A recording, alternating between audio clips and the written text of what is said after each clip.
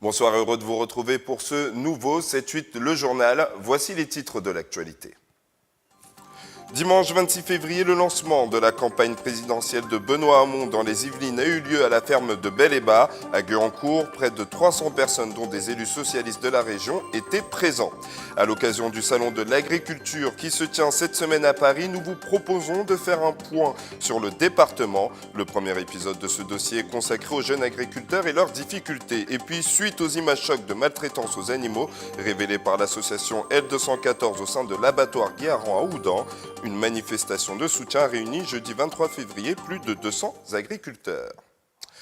Le candidat socialiste à la présidentielle Benoît Hamon et son nouveau soutien Yannick Jadot ont effectué aujourd'hui leur premier déplacement commun. Un rapprochement validé ce dimanche par des militants d'Europe Écologie Les Verts à plus de 80% lors d'un référendum sur Internet et dont se félicite le responsable local de la formation dans les Yvelines, Olivier Paréja, espère également voir se réaliser une union avec Jean-Luc Mélenchon.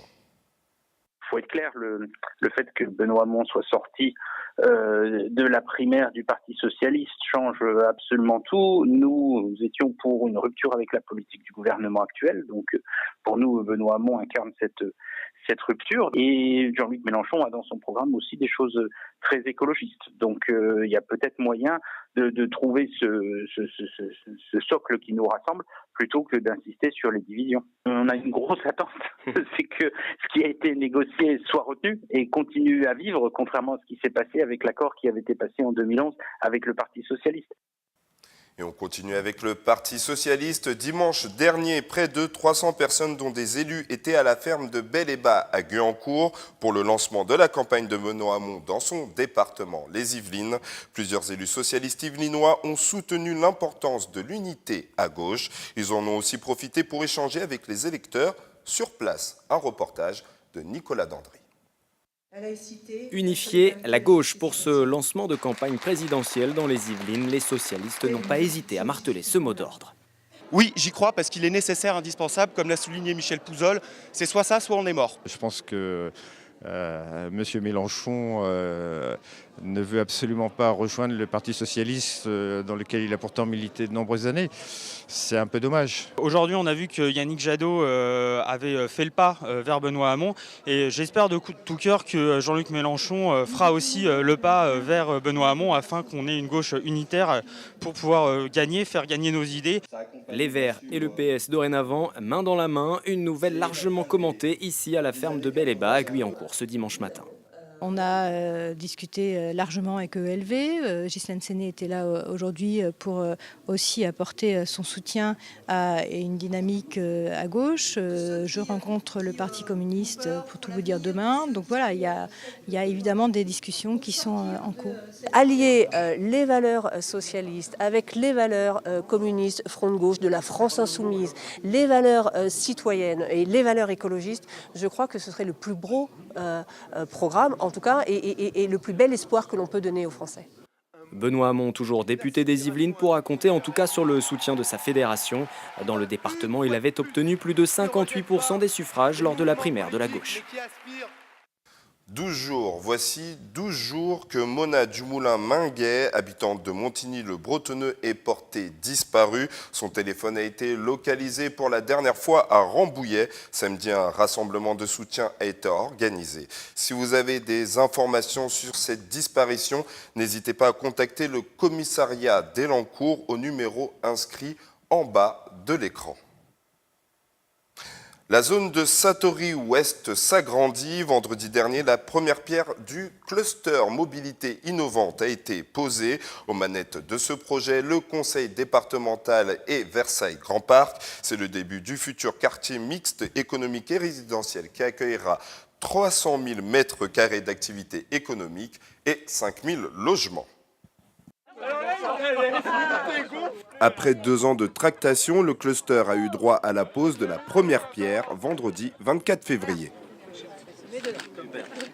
Le cluster des mobilités innovantes qui sera livré en 2018 représentera 6300 mètres carrés de surface sur 4 niveaux. 50% de l'espace sera dédié à la recherche et à la formation. Le laboratoire de recherche Liftar des PME de la filière des mobilités et VDCOM cohabiteront dans les locaux.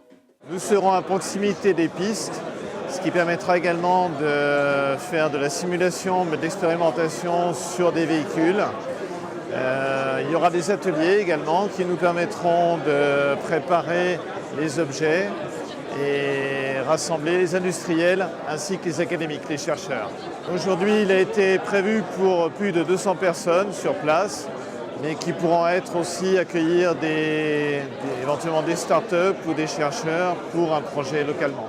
Et le nouveau bâtiment sera construit dans la zone Satori West, à proximité d'entreprises technologiques et industrielles telles que Nexter, Renault Trucks Défense ou encore Citroën Racing. Le but, faire de ce cluster des mobilités innovantes la première vitrine économique de la région. L'étude de la mobilité décarbonée et automatique est un sujet mondial où le premier qui trouvera les solutions gagnera des marchés mondiaux. Le département des Yvelines a tant sur Flins, Mantes, Renault, Guyancourt, nous avons Poissy avec PSA, nous avons Vélizy. On voit bien que le département des Yvelines est un département avant tout automobile, mais thermique. Dès 2018, VDCOM recevra les voitures Twizy de Renault que l'entreprise rendra autonomes. Le 6 février dernier, Versailles a été choisi comme l'une des 6 villes d'Europe sélectionnées pour tester ces véhicules qui circulent en autopilote. Le Salon de l'Agriculture, c'est cette semaine à Paris et pour l'occasion, nous avons décidé de faire un point sur le département. Le premier volet de ce dossier est consacré aux jeunes agriculteurs. Jeunes agriculteurs en difficulté, c'est un reportage signé Nicolas Dandré. Comme chaque matinée d'hiver, Nicolas Chaussier prend son tracteur, direction ses champs de céréales pour contrôler les semences face aux menaces de la période hivernale, notamment les mauvaises herbes ou les insectes.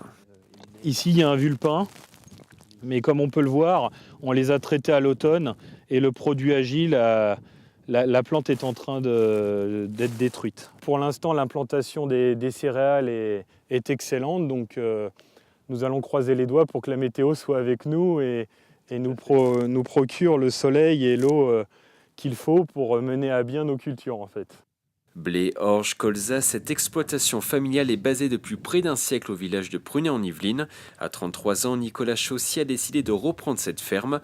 Il s'est installé le 1er septembre 2016 et souhaite utiliser son expérience professionnelle dans sa nouvelle activité. J'ai été boulanger et pâtissier pendant 15 ans, tout en travaillant l'après-midi avec mon père sur l'exploitation pour lui donner un coup de main. Donc j'ai toujours eu l'amour de la terre et de la ferme familiale. J'espère pouvoir me diversifier justement en combinant mon métier antérieur, c'est-à-dire le métier de boulanger, c'est-à-dire valoriser mon blé en farine et en pain. Classement de factures, signature de documents, le travail administratif est important lors d'une installation, une procédure rendue compliquée aussi par la conjoncture agricole. Les difficultés de prix des marchés des céréales qui sont au plus bas depuis quelques années, ce qui fragilise notre trésorerie. La moisson 2016 qui a été catastrophique entache encore cette trésorerie. Par contre, c'est vrai qu'on peut compter sur nos partenaires d'approvisionnement en semences, en produits phytosanitaires, en engrais, pour nous aider à traverser cette mauvaise passe, quoi.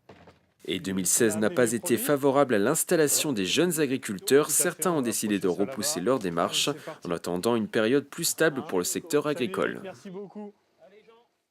Ils veulent sauver le dernier abattoir de porc d'Île-de-France. 2 syndicats d'agriculteurs se sont rassemblés jeudi dernier devant l'abattoir Guy Aran de Houdan pour lui manifester leur soutien. Cet établissement est poursuivi en justice par l'association de défense des animaux L214 pour maltraitance animale. Un reportage de Patrick Jacques de Dixmude et d'Anne-Laure Languille. Ils étaient environ 200 selon les organisateurs, une centaine selon la gendarmerie. Des agriculteurs répondant à l'appel de 2 syndicats sont venus manifester jeudi soir dernier devant l'abattoir de Houdan. Accompagnés de quelques élus locaux, ils dénoncent les agissements de l'association L214 qui a déposé plainte contre cet établissement pour maltraitance animale. Ça a démarré d'un père de famille dont son fils travaille ici, qui m'a dit mais si l'abattoir il ferme, mon fils il va être au chômage. Enfin, voilà, c'est normal qu'un père s'inquiète de savoir comment son fils va finir les fins de mois, les traites de sa maison et des choses comme ça. Il y a une quinzaine de jours, l'association L214 diffusait des images filmées à l'intérieur de l'abattoir montrant des employés en train de distribuer des coups aux cochons pour forcer leur passage vers l'abattage. Les images L214 qui m'ont effectivement choqué. Tout a été fait chez nous pour que ça ne se reproduise plus. Tout était déjà fait, mais là, on a mis les bouchées doubles. Des promesses qui ne suffiront pas. L'association L214 a annoncé un nouveau rassemblement de protestation devant l'abattoir jeudi prochain. Ce que je ne peux pas tolérer, c'est qu'un groupe qui a une philosophie particulière, qui est de choisir de ne pas consommer aucun produit d'origine animale, puisse l'ériger en une sorte de diktat pour imposer cette volonté à l'ensemble de la société. L'entreprise avait rencontré des difficultés au début des années 2000 suite à la crise de la vache folle. Elle avait ensuite remonté la pente en pariant sur le circuit court prisé par les consommateurs. L'université Versailles-Saint-Quentin recevait mercredi dernier le chercheur américain Alan Maloney au laboratoire de l'IPARAD. Le professeur y travaillera pendant 6 mois dans le cadre de la chaire Fulbright, un échange universitaire et culturel. Pendant 6 mois, Alan Maloney, professeur et chercheur, enseignera à l'UVSU grâce à la commission chaire Fulbright.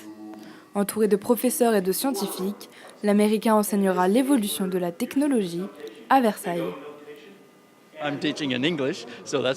J'enseigne mes cours en anglais, c'est une chose, et aussi pour les cours en master sur les hautes performances informatiques.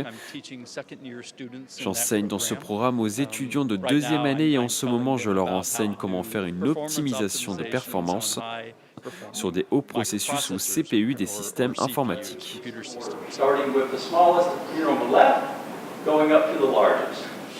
Alan Maloney, qui enseigne habituellement dans le département d'informatique à l'Université de l'Oregon, restera pour transmettre son savoir aux étudiants français.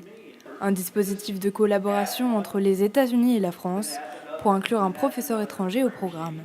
Ça apporte à l'université un chercheur de renommée qui vient pour 6 mois et qui peut développer. Alors il va nous apporter de manière très intéressante, que ce soit en termes d'enseignement ou de recherche, une autre vision des choses, une autre manière, tout un réseau.